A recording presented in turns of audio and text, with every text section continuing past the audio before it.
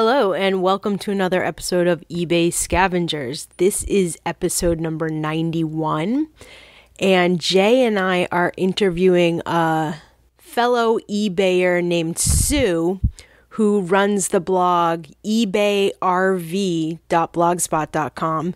And now, Sue is a very interesting seller. She runs her eBay store out of an RV. So she is a traveler. She travels all throughout the Southwest United States, and she sells on eBay while she does it. So we thought it would be interesting to talk to her about her process and her lifestyle. Enjoy! Okay, hey Sue, I am so excited to talk to you today. I found you online because I was researching a fantasy I have, and the fantasy is we love to travel, but our eBay store kind of makes us stay in one place for most of the time. And I wonder, could you sell from the road? And that's when I found your blog, ebayrv.blogspot.com. How did you get this idea of traveling and selling online? Well, it was kind of part of a change in my lifestyle. I had been selling online for about 10 or 11 years, I think. Mm-hmm. And I had lived in a big house, and I had a bedroom that I could use as an office, an eBay office. I had lots of room for packing and inventory. I had shelving, floor to ceiling. And so I had a pretty standard eBay type business, and I was selling everything. Mm-hmm. Mostly vintage, household, collectibles, that sort of thing. And a little bit of clothing, but I didn't really know much about clothing, so I didn't really get into that right away. Then I had a severe downsizing that happened when I got divorced. Mm. And I thought, well, now I'm in a little house, I'm going to try selling smaller stuff. And I actually talked to a friend who's a very experienced marketing person, and we went through some of my old sales, and she said, every time you list a scarf on eBay, it sells. And so we looked at my history, and I thought, well, I'm going to try selling scarves. And if I did that, not only could I live in a small house, I could potentially do an RV trip of some kind and still work along the way. So that's how I got started on traveling and selling. It was sort of the next thing that kind of came to my attention as my life was changing. And it's worked out really well. I've sold from all over the country. So right now you live only in an RV. I mean, there's no other home. Like, this is your full-time residence? Yes, and not only that, I don't even need a storage container or shed or anything like that either. That's okay. It's so cool to hear this. So let's walk people through its process, because most people who listen to us many are just beginning, but a lot of us have been selling for a long time. So we all have our own process, and we love to hear how other people buy and sell. So number one, and so how do you buy inventory? I buy it by going to a lot of thrift stores, and also I sometimes buy large quantities of scarves online from other eBay sellers. Then what I do is I go through and cherry pick out the very best ones and sell those individually. Last week I got a really nice box of scarves from another eBay seller, and amongst those was one really fabulous collector scarf, and I put that online last night, and before I went to bed I heard my phone go ka-ching, and it had sold at the buy it now price, and that more than paid for the whole bag of scarves that I had bought for them. Oh, Wow. So you chose to not just focus on small things, but to only focus on scarves? I mean, is that what you're only selling? Well, when I'm staying in one place for a while, then I try a few other things. Like right now, I'm in southern Arizona, almost at the Mexican border, and so occasionally I'll find a nice pair of cowboy boots. Yeah. And I'm staying in the same place for a couple of months. So, yeah, I deal in that kind of stuff when I have enough room, just kind of spread out for a while, Right. And so then when you buy these scarves and other items, then what is your process of a listing? I mean, are you on a laptop and using like a cell phone internet? Yes, I have Verizon Internet. I've had it for several years. I got it when I was traveling all over the country by myself in a small RV, and I could get internet at a lot of places like McDonald's and some of the RV parks and so on, but it was really inconsistent. And so eventually I went in and talked to Verizon about, I had my phone with them, and I said, what can I do for internet? And they sold me this little modem device that just plugs right into my laptop, and it's been working great for a couple of years. Sometimes I'll get someplace where I can't really have very consistent internet, and I have occasionally had to close down my eBay store for a little while, and I can't stay in touch, you know. But those vacation settings work really well. So, yeah. Well, so are you listing every day or just kind of when you feel like it? I try to list at least one batch of scarves per week, and that's when I'm like having fun, you know, doing a lot of social things. And when things quiet down, I don't have a lot going on, I try to list every day. It's just so interesting because really it's the same, it's process. You just happen to be in a mobile like store. Right. So this would be the thing that would probably be different for most of us. So where do you store all of this? Is there like a closet in the RV? I got a bigger RV last year, and it actually has, it's one of those big Class A's that looks like a bus. Yep. Wow. Yeah, it's really big. It's kind of, I'm not used to it yet, but it certainly meets my needs as an eBay seller, and I'm also an artist, and I like to sew. So I have a lot of stuff that I need to bring with me, since it's the only place I live. And this one, you know, if you get on a Greyhound bus and they put your luggage in those compartments underneath, yes, I have compartments like that in my RV. So I have the scarves that I'm currently working with, I keep inside the RV, and then I have a bunch of inventory I haven't gotten to yet. I could probably go for a year without buying any more scarves. Wow. It sounds like all of us, you know, we all have so much inventory just because America has just so much abundance, you know? Well, and then what happens too is sometimes you get a really great opportunity. I think that it's been like 3 times now.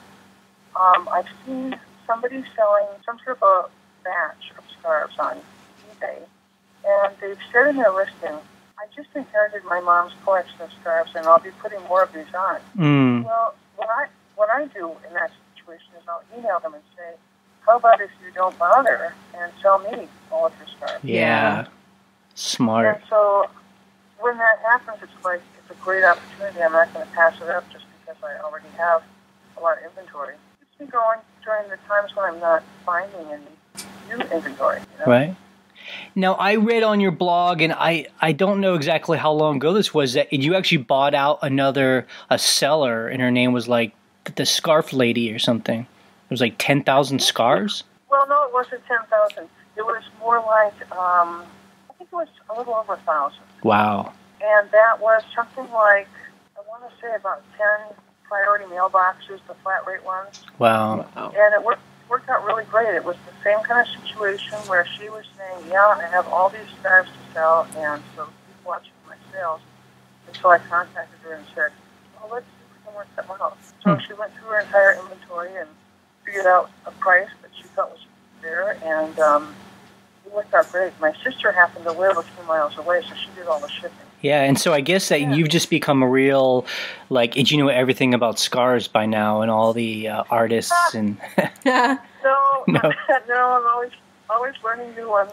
It's amazing. I went from not being able to recognize any of them about 5 or 6 years ago to now I pretty much recognize them, but I'm still learning all the time. Okay, so this would be the other thing that would be much different from many of us, I assume, would be then when someone buys a scarf, how do you ship? Are you always making sure you're close to a post office? Yes, that's what I have to do.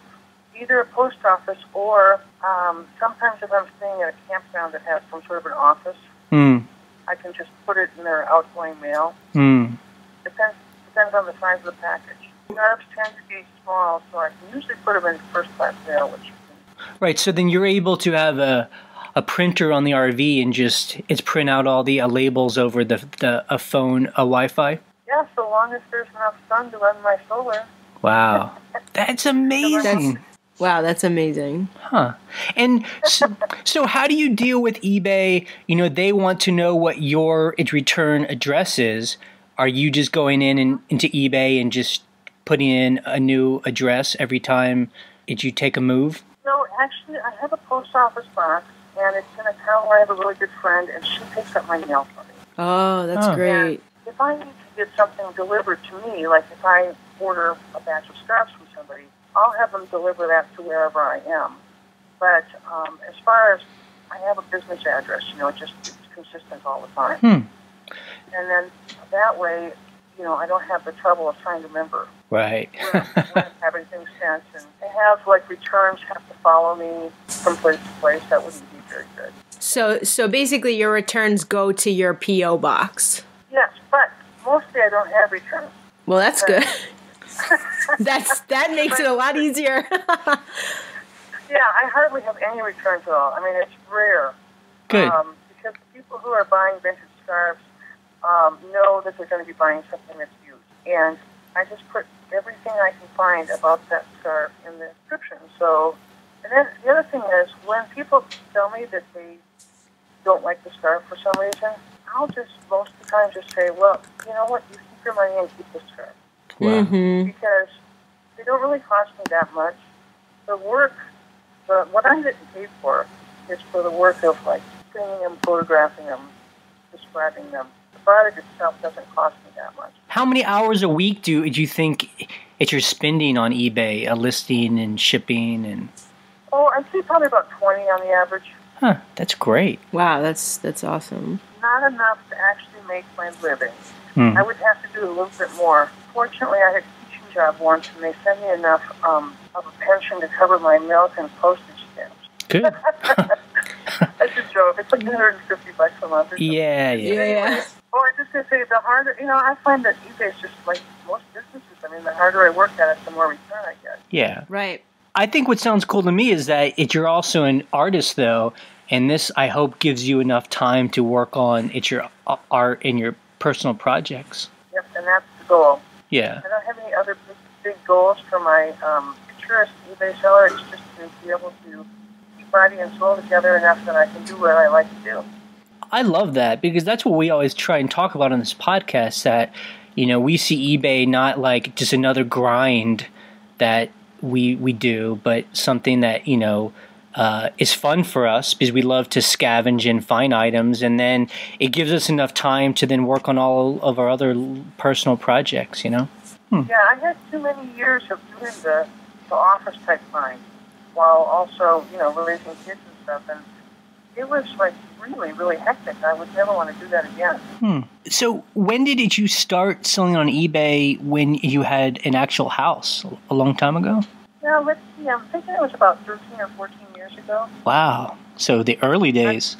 Yes. It was back before they had any, tutorials on about how to sell. Yep. And you just had to kind of wade through it. But, I was homeschooling my youngest child, and he had strep throat and was laid out on the couch, and I couldn't even read a book to him for a week. And so I thought, what am I going to do? I couldn't get out of the house. My husband was working on site somewhere away from home. So I thought, well, I'm going to do something to keep myself from going stir crazy, and I started to sell on eBay. That's awesome. I took all these books that we had been using in homeschooling, which were mostly kids, nonfiction, science, and social science and stuff. And I mostly bought them used in the first place, so I just sold them at about the prices I asked about the prices I'd paid for them, and I ended up making a profit. Wow. It was amazing. So then I went to the kitchen to see what I wasn't using there. And you went through all the rooms in the house. Yeah. Well, I had silly things like a bundt pan that I used maybe every 4 years. Yeah. So I got rid of a lot of stuff, and then I started buying. I'd always had good luck with buying used things, and I always had a good eye for used furniture at a moving sale and that kind of thing.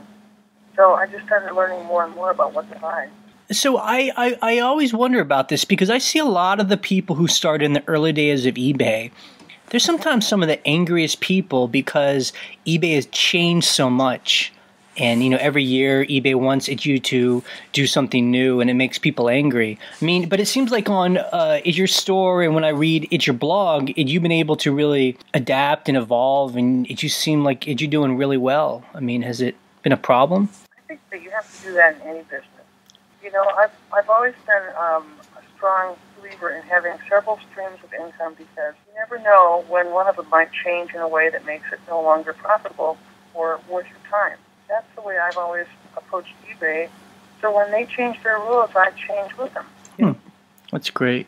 And I think that the people who complain about increased costs and stuff on eBay probably are people who have never had any experience with a stick and brick store. Because I tell you, if you've been in an antique mall and you're paying a certain amount per month, no matter whether you sell that much or not, that's really expensive storage. Yeah. And so paying about 20-some% for all your fees, including PayPal, that is very small overhead. Exactly. For the kind of selling you can do. Yeah. So I think the people that whine about eBay, they're basically whiners. Yep. Exactly. Yeah. Yeah. We always just try and encourage people to take all the energy of being angry at eBay, thinking eBay is trying to destroy at your store, and just, improve it at your store. And, eBay doesn't want people to not have a store. They want you to sell. So you just have to adapt. And sometimes you do have to complain. But the place to complain is eBay. And they do respond. It may take them a long time, but I have seen some positive changes happen too. Like a couple of years ago, it wasn't possible to put your eBay store on vacation but continue to sell at auction. Right. Uh-huh. And now you can do that. And so for somebody like me, that works really well. Every once in a while, I'll travel someplace other than in my RV. Mm-hmm. Like if it's a family matter and I need to fly back to the Midwest, I can put my eBay store on vacation, and I can take all my current listings, and I don't have to miss a beat on eBay and still be able to go places. I love that. Yeah. I mean, we actually do that now. We'll go on vacation or on another kind of a work adventure somewhere else for 2 or 3 weeks, and we'll put our store on vacation, but we'll keep on selling, and we'll just write to people and tell them we'll ship as soon as we get back, and most people are very cool with that, and it works. Yes. Yeah, and you can keep listing. Yep. Right. And I like that too. Yeah. Now, when you're in the RV park or wherever you are stationed, do the other people in RVs around you, do they know if you're selling on eBay? Do they ask questions? Depends on where I am. Yep. If I have enough energy, solar energy, in my vehicle, I can just do it without anybody else knowing what I'm doing. But sometimes I need to iron the scarves, and then I take them to, depending on where I'm staying, the laundromat area or the clubhouse or whatever they have where I can set up an iron, use their power. And then that's when I'll sometimes get questions. Mostly they're interested in my pretty scarves, Yeah. And sometimes know a few right then and there. Hey, that's great. Yeah. Do you ever sell your scarves at flea markets or in-person places? I do sometimes. Like I said, I have a lot of inventory in my basement of my RV, so yeah, it was good to get rid of some things. Yeah. I might take some boxes over there. Huh. And have you ever met anybody else that does what you do? I've met other people that sell while traveling, but I don't think any of them do it as much as I do. At least the ones I've met. Right. Right. The other people I've met are retired and they have Social Security and stuff, and so it's just sort of a little bonus for them. Right. To sell a few antiques or something along the way. Do you have any plans for 2014? Any ways to improve what you're doing, or just kind of crank along? I'm pretty much just going to crank along because most of my goals for 2014 have to do with other things. Yep. I have 3 solo art shows coming up. Wow. This year. Yeah, so I have a lot of production to do. eBay is just going to kind of be in the background providing income for me to do what I want to do. I love hearing that. that just makes us feel good. I mean, I guess that's why we do this podcast and why we like to talk to other eBayers, because we just love to hear that other people are also kind of finding the freedom to do what they want to do. And, thank God for the internet, Oh, yeah, and it's really helpful for me on a lot of levels. One, as being a person who's traveling, but also I am somewhat disabled. I have a knee that needs to be replaced, and so I've been real gimpy for a couple of years. And so I did try a couple little jobs. It was really kind of hard on me physically. And one of the nice things about selling on eBay is that, I can completely decide when I'm going to sit and work at the computer, when am I going to be standing up and taking photographs and walking around, and it's all up to me. Well, Sue, we really want to thank you for talking to us today. This has been maybe we'll buy an RV one day, and we'll meet you in the Southwest somewhere. You're absolutely an inspiration. I'm like picturing myself like driving around right now. It is wonderful. I live in right now. The place I'm staying in, Y, Arizona, is like in the middle of the most beautiful desert I've ever seen. It has those big saguaro cacti that are like trees, like you see in the Western movies. Wow. Oh, that sounds amazing. That's so awesome. Keep on keeping on, All right. Thanks a lot. Thanks for calling. Thank you. Thanks, Sue. Bye. Bye-bye.